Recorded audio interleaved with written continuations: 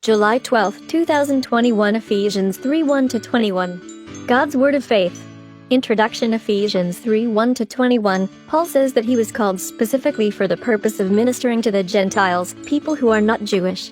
He says that the Holy Spirit reveals that all people can share in the promise that God first gave to the ancient Israelites, because Christ's love extends beyond human boundaries. Today's scripture, Ephesians 3:21, to God be the glory in the church, and in Christ Jesus for all time, forever and ever. Amen. Today's reading, Paul's work for the Gentiles.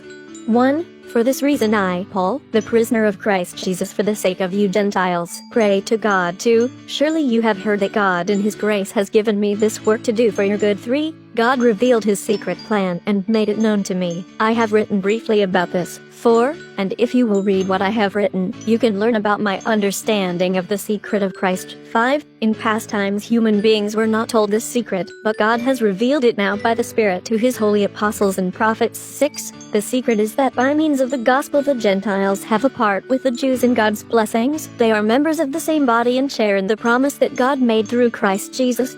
7. I was made a servant of the gospel by God's special gift, which He gave me through the working of His power. 8. I am less than the least of all God's people.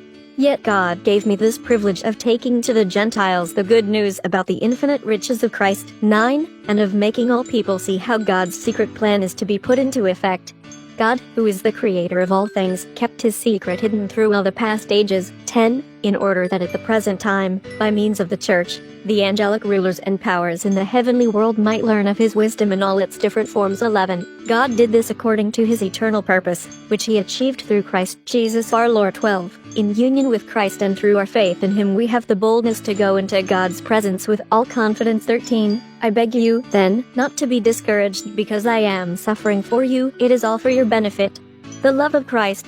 14. For this reason I fall on my knees before the Father. 15. From whom every family in heaven and on earth receives its true name. 16. I ask God from the wealth of His glory to give you power through His Spirit to be strong in your inner selves. 17. And I pray that Christ will make His home in your hearts through faith.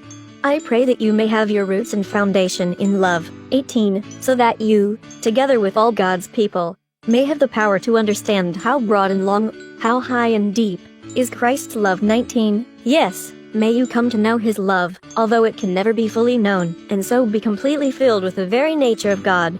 20. To Him who by means of His power working in us is able to do so much more than we can ever ask for, or even think of.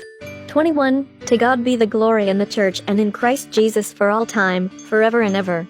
Amen. Reflect. Paul suggests that God waited to reveal the inclusion of the Gentiles because God reveals new things in God's time. Are there still things that God has yet to reveal? Reread verse 20. In what ways do those words challenge your thinking about the power of God working in you? Let's pray. God of great love, forgive me for the times when I fail to love as you love. Open my heart to the vast depth of your love for all people, that I may learn to love like you. Amen. Tomorrow's reading, Ephesians 4:1-16. The Apostle Paul writes about the unity we share in Christ Jesus.